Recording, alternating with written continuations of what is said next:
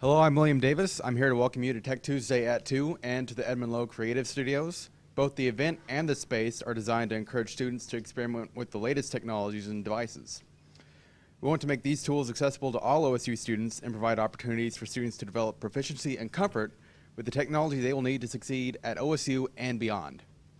Tech Tuesday at 2 will meet here in the Edmon Low Creative Studios on the first Tuesday of every school month for an interactive showcase of emerging technologies. Last month, we learned about Adobe InDesign, and today we're going to dive into Skype. Anthony Jones, Library Communication Specialist, will cover the basics of setting up an account and the program's interface. Nina Thornton will discuss how to look and sound good while on a call, and Bonnie Cain-Wood, Manager of Communication Services, will talk about how to nail an interview using the basic 4 Ds of Skype. After that, we'll have some discussion, Q&A, and take a short tour of the presentation recording studio. If you're watching today's live stream, you can submit your question via Twitter using the hashtag LibTech2s. I'm sorry. Along the way, we'll be drawing 4 prizes, including today's grand prize, a pair of Beat headphones. If you're an OSU student, be sure to fill out our prize entry form. Now, I'll turn it over to Anthony. You about what Skype is and how to get started with it and look at the interface. One of the best places to look to start is probably at the beginning, and that is, what is Skype? Skype is a lot of things. It is video calls, it is traditional phone calls, it is text. You can screen share and send photos. What we're going to focus on today is video calls. And if you have a Skype account and your friend has a Skype account, you can video call anywhere in the world. And you can actually have up to 25 people on the video call at once. To set up, it varies based on your device, whether you're on a computer, a Mac, or a PC, a Mac, mobile device. On mobile device, you'll find it in your app store. On a computer, again, whether it's PC or Mac, you'll just go to skype.com. There's a big button that says Get Skype, and from there it will decide whether you have Windows or Mac operating system, and you download, and you'll work your way through its setup. And I don't want to show you the Windows setup if you're on a Mac, so we're just going to go ahead and go to Get Skype. After you work your way through setting up getting it on your computer, it will ask you to set up an account, and that is just going to ask you the generic account questions like, what's your first name, what's your last name, your email address, birthday, and then the hardest part for me was picking a name. I suggest going with something professional. For me, I went my first name, my middle name, my last name, but I had to add a 1 because Anthony Jones is a pretty generic name. Thanks, Mom. So once you go through there, you will actually end up opening it. Once you have your account, you can open it up, and this is kind of what you'll see. I'm going to slide in and start with the computer now. And this is the interface you'll work with on the Windows operating system. On a Mac, it does look a little different. So at the top, you have your toolbar, which you can set your online status, online, away, do not disturb. Contacts, you can find contacts, add them, create different groups. Conversations, calls, video. On the left side is where you will see your contacts. And then up here at the top is like, I've already selected my contact, Nina. And you can place a video call, traditional call, or add. So let's go ahead and make a call. Let's call Nina. It's Nina. I'm getting a call. I feel. Do I want to answer this call? I wouldn't answer it. I would too. I would not.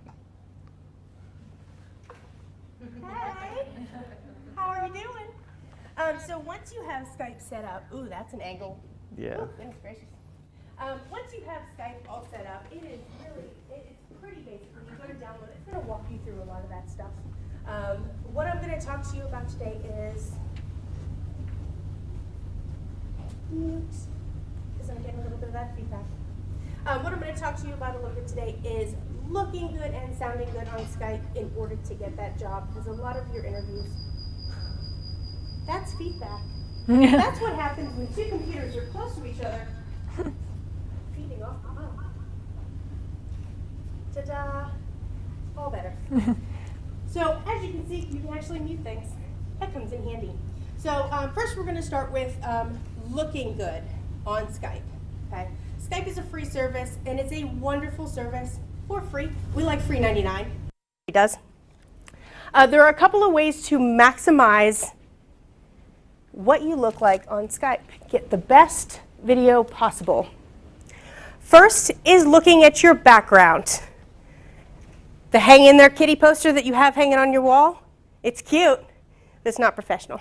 So make sure that you can actually see what's in your background.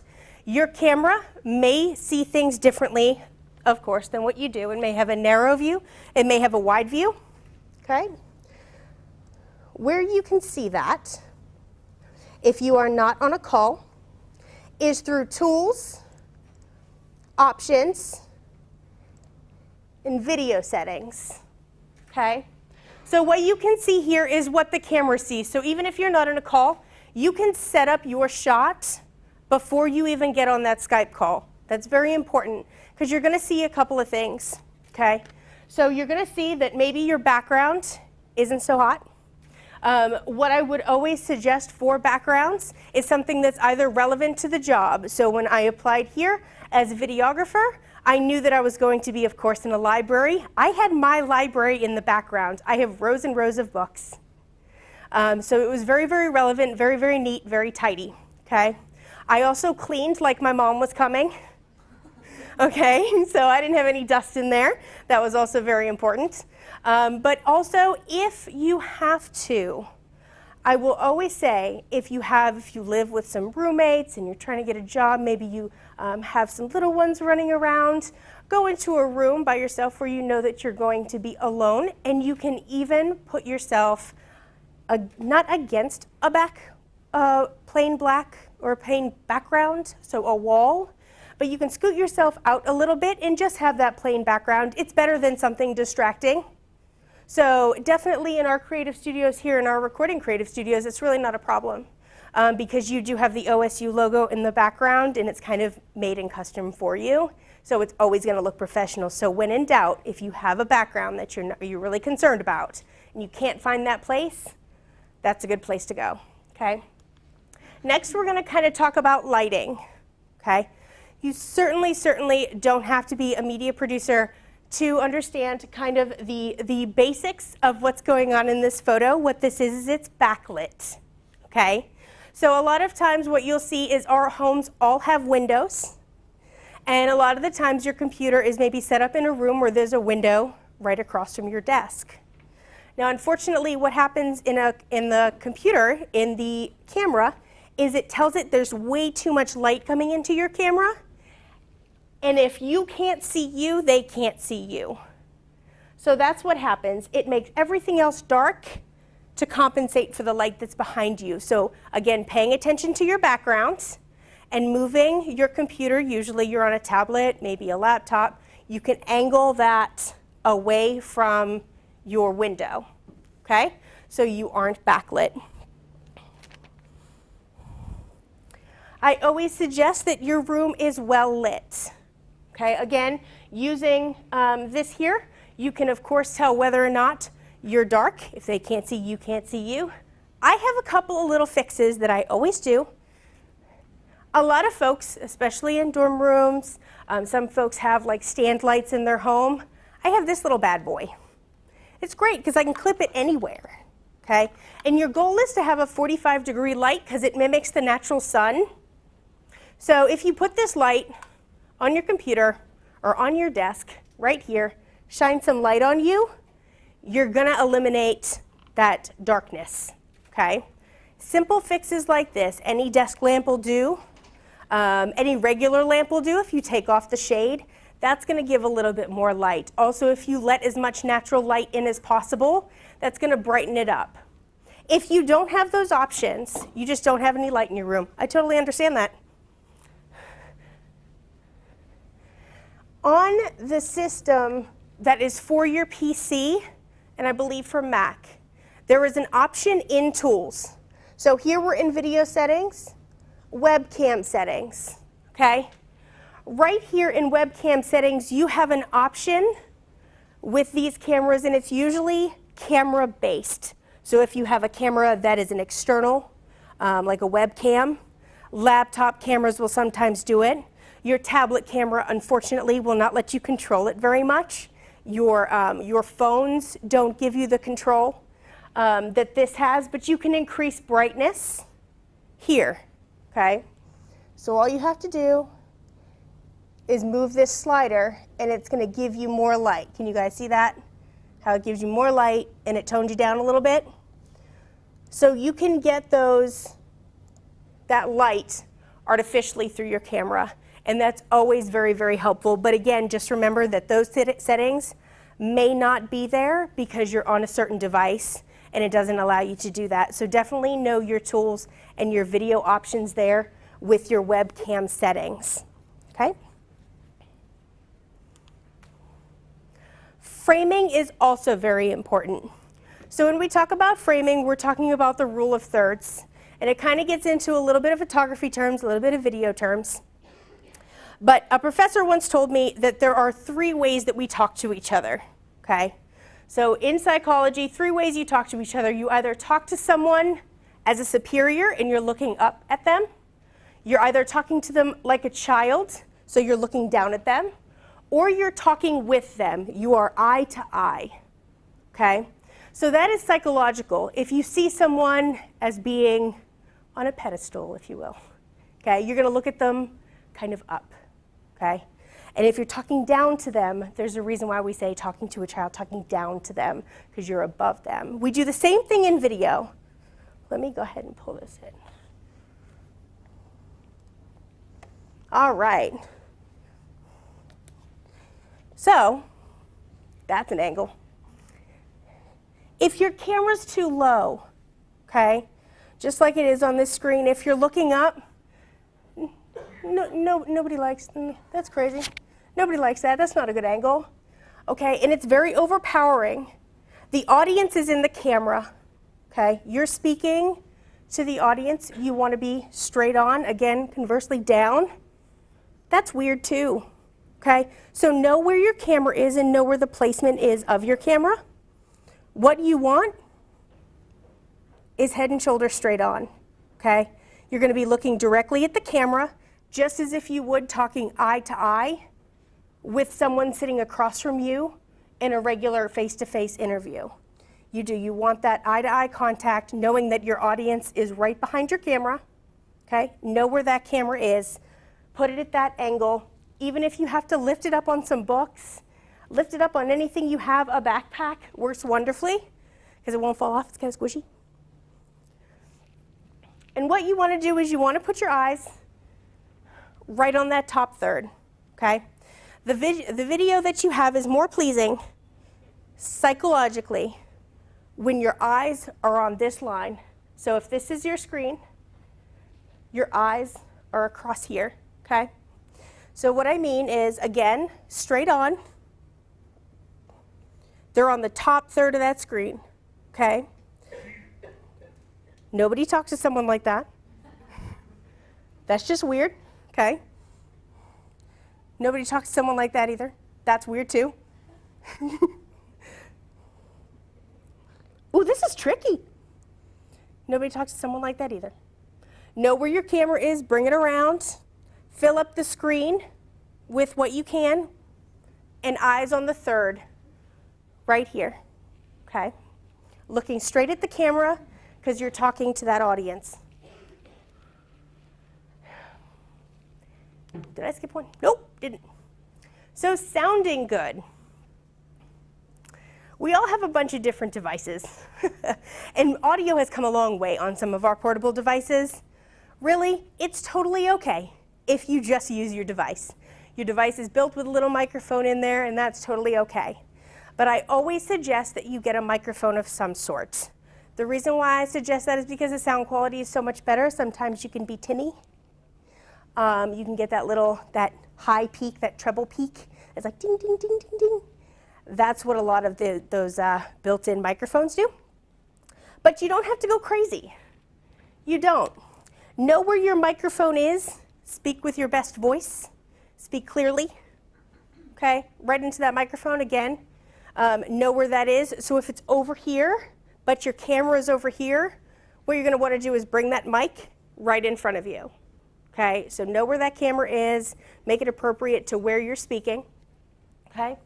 When speaking, don't lean into the microphone. What I mean is if you have a microphone here, you don't have to swallow it. It's okay. You can talk normally.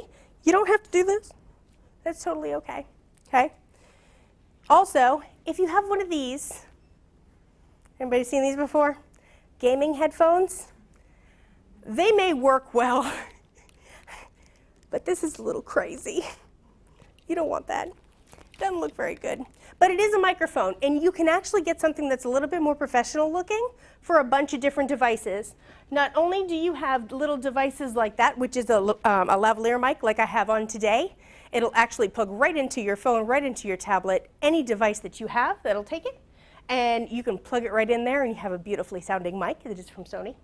The other one is a phone mic, okay, and it just sticks on the top of your phone. And then it has some unidirectional sound, which is great. The other thing that I kind of like, and I may be a little outdated, sorry, but I like these. These are great because it's your speaker in one end, and then just this little mic, and it really is, it hides just so conveniently right over here. And then you can hear, because a lot of us like our headphones while we're using Skype because it just sounds a lot better, and you can hear it more crisply and clearly. But also it has this microphone attached, and it has the cable that can go into anything, okay? It's just a little headphone jack. So I always suggest one of these if you're in an environment where maybe you have a hard time hearing things or going on around you, and also for them to be able to hear you because you want them to hear your wonderful answers to your questions, okay? You can also do something on here to help you, okay? So if you don't have some of the options, again, that you have an external microphone, that's totally okay. You can go to Tools again, then you can go to Audio Settings, and what you're going to see is a little bar moving up and down. That's telling you it's actually listening to you and people can hear you. It's picking up audio. Okay, so you definitely want to make sure that when you start a call and when you're setting that up, you go into here and you make sure that they can actually hear you. Okay, whether you have a microphone or not.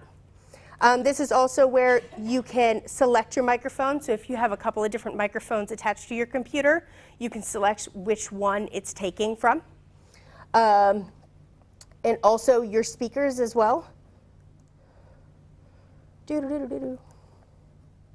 You can automatically adjust your microphone settings. So without this on here, so if you don't have a microphone that you can have an external microphone and you just want to use the one that's in your computer, but they can't hear you, this is where you can adjust that microphone, okay?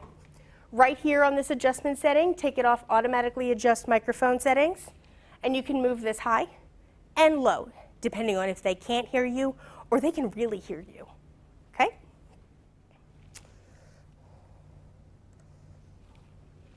All righty. Miss Bonnie, All right. you're up.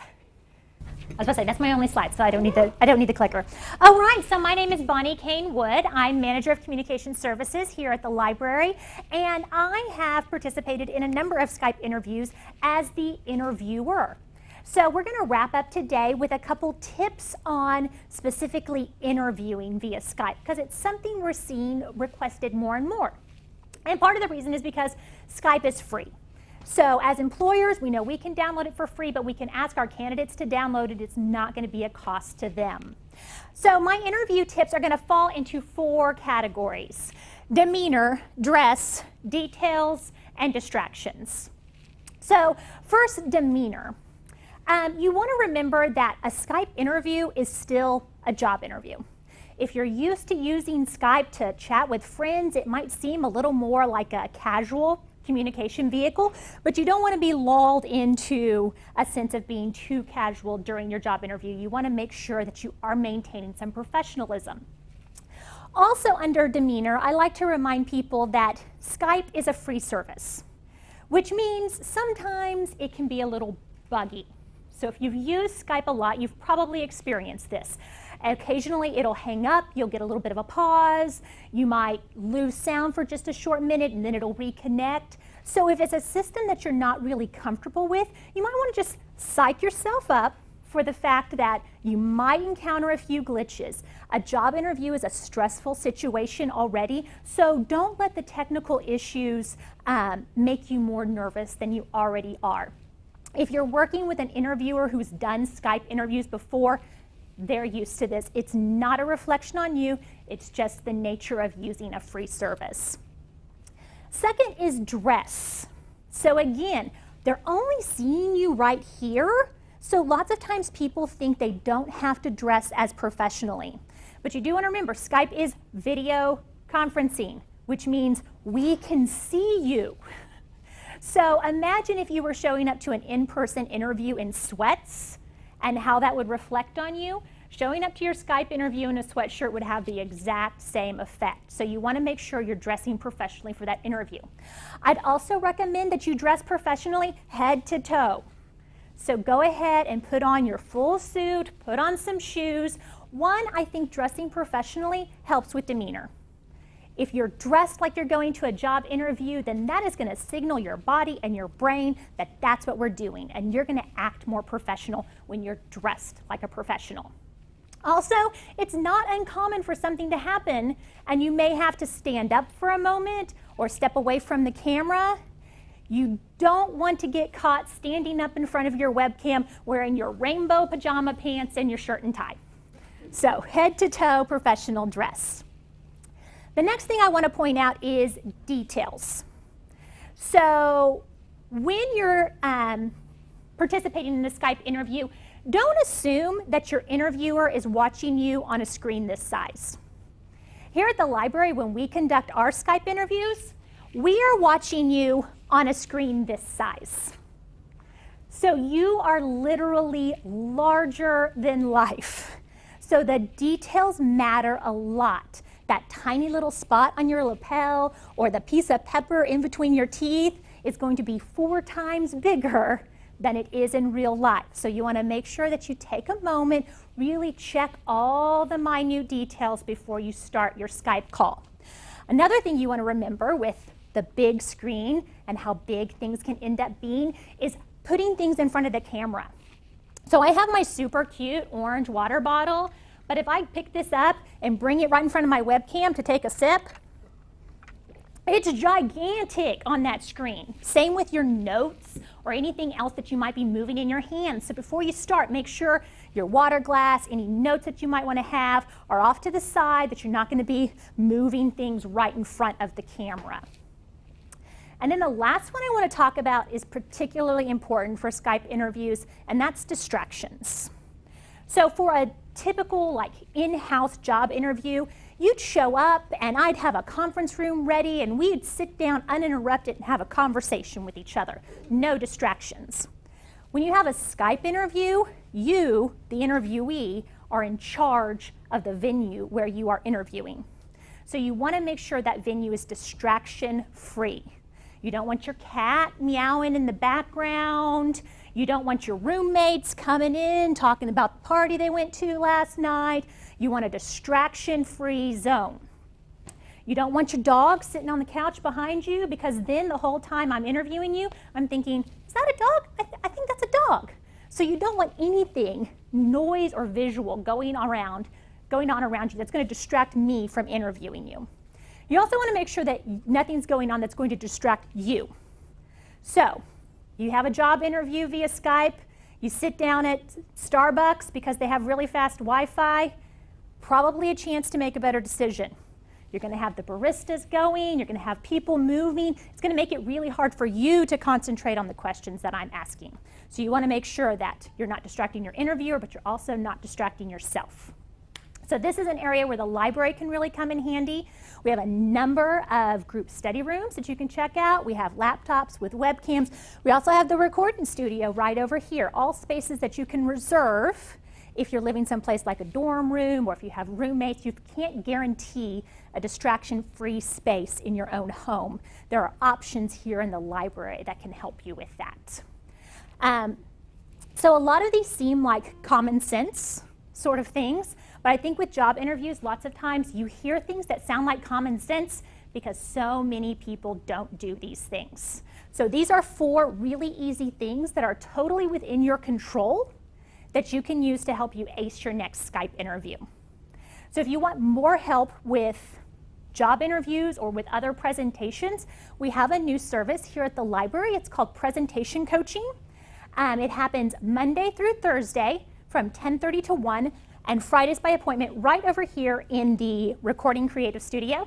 So you can come in and we have graduate teaching assistants who will help coach you with presentation skills, interview skills, help polish you up for that next presentation. Before we hand it over to William for prizes, does anyone have any questions for me or for Nina or for Anthony? Yeah. What's the worst thing that's happened to you on like a Skype interview? Technical failures. And I've had technical failures happen on like my side as the interviewer. I've had initiated a call, then the audio went out. So we backed up by texting with the candidate, and then we had to turn the call off, call back. On the second call back, the video went out. So we went to another room, called him on the cell phone. Oh, sorry, all our fault. We'll call you right back. So we go to another room, we call, and then Skype shuts down for update, like 3 times in a row. And To make your experience better. yeah, so, and that was, that was frustrating for me. So again, that's part of why I point out, like, just know it's going to happen. You just kind of have to go with the flow. But it's also an opportunity where, something that could, feel like a disaster is a chance to really, show some poise and some calmness under pressure. If you are able to just kind of go with the flow and just keep trying the Skype call, offer to make other arrangements, then you can really impress your interviewer with how calm you can stay in a stressful situation. Yeah. Anybody have any technical questions for me? Maybe how to adjust something. Really Skype does a couple of different things with that video and audio. But again, with a free service like that, it is kind of hard to get those little minute details. But you can really help yourself with some external lighting and maybe that external microphone. But if anybody has any technical questions for me, I'll also be showing some folks around in the recording studio. So after we do some prizes, if you want to hang around a little bit, I'll be showing you kind of how we have the room set up, and Skype is available for you, so I can answer your technical questions in there as well. Okay, we did get one question via Skype, which we may have already addressed, but job interviews via Skype. If you have a tech meltdown, suggestions on what to do. So again, I just say, be emotionally prepared for a few technical glitches. Don't let it throw you, and just keep trying to contact. Skype itself has backups built in, so you can text through Skype. So if something happens and you lose your video feed, or something happens and you lose your audio feed, you can still text with the person. If your call is connected, you can text back and forth with them. And I would also, if you're arranging a Skype interview, make sure that the person who's interviewing you has a cell phone number where they can reach you, and that you have the cell phone number of someone who's going to be on the interview committee. So if you do have those technical difficulties and you lose each other, you can just call back, and you have a way to touch base via phone, and that can always work as a backup. It's ideal to have that Skype video where you can see each other and hear each other, but worst case scenario, it just turns into a phone interview. And I've actually found that the most common problem that I've ever experienced is that our editions don't match up. So I have upgraded to the most recent, but somebody has maybe 4 or 5 versions ago. So I would suggest that if you do run into a constant problem where it's just not connecting for you, everything looks good on your end, it's probably a communication issue with the versions that you're doing. So go ahead and exit out of Skype. If there's an update, just let somebody know. For some reason, this isn't working. Let me go ahead and shut this down. I'll be right back with you, and I apologize for that. And then you can go ahead and shut Skype down, get out of that program, then relaunch that program because there may be an update. It just needed a minute to go, I need an update. And then you can update and just update your employer, your future employer, on that, hopefully with a text or some other form of communication. It is asking me to update my program, but I'll be right back online as soon as possible. All right, so we're going to turn it over to William. William for closing remarks, and then we're going to draw for some prizes. Awesome. Okay. Discussion. If you want to know more about any number of tech-related topics, I encourage you to seek out the staff here at the Edmon Low Creative Studios, or you can check out a login for lynda.com, which offers thousands of online training videos on a number of topics. Our next Tech Tuesday at 2 is on April 5th. We'll be presenting Printed. Participants will receive an orientation into 3D printing resources here at the Creative Studios, and one lucky student will win a 3D printing pin. And speaking of prizes, let's go ahead and draw for today's prize. All right, William, what are we giving away first? What do we have to give away? We have 2 16-gig flash drives. We have a water bottle full of prizes, and, of course, our Beats headphones.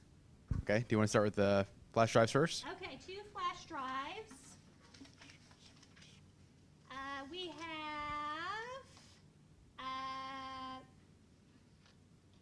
Brandon or Brandon. Ellis? Yep, Ellis is in the back. Ellis. Thumb drive. Okay, and our next thumb drive, Edmon Ahmed. Excellent. Water bottle. Robert. Okay, and the Beats headphones. Wish I could have got those. Devarsi Kawani. Excellent. Congratulations. We're all going to be here. If you have any questions, you want to visit with us one-on-one. And like Nina said, we'll also be giving tours of the presentation studio if you'd like to see some of the equipment we have in there and how you can set it up for your own uses. Thanks, everybody.